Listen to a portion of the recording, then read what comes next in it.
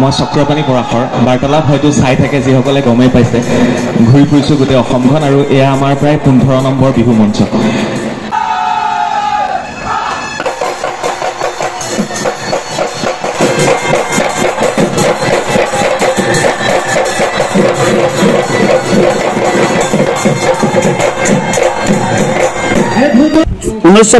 চনতে প্ৰতিষ্ঠা লাভ কৰা কলিয়াবৰৰ পশ্চিম অঞ্চলৰ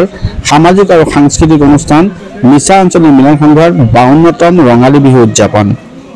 বিহুলৈ আমন্ত্ৰিত অতিথি হিচাপে আহিল বিশিষ্ট সাংবাদিক চক্ৰপাণী পৰাশৰ আৰু আমন্ত্ৰিত কণ্ঠশিল্পী পাপৰি গগৈ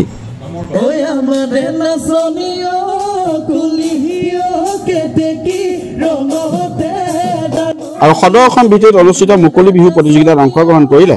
অসমৰ বিভিন্ন প্ৰান্তৰ পৰা অহা বিহু দলসমূহে আৰু অনুষ্ঠানত আমাক যি মৰম যাচিলে তাৰ বাবে আমি সদায় কমিটিৰ ওচৰত চিৰকৃতজ্ঞ লগতে অনুষ্ঠিত হ'ল বৰ্ণময় লোকনৃত্য প্ৰতিযোগিতা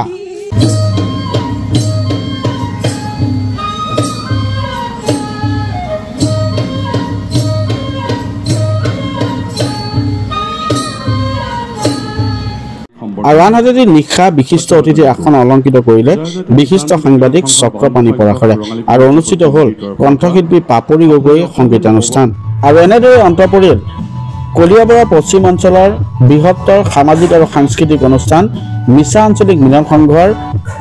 ৰঙালী বিহু উদযাপন 2024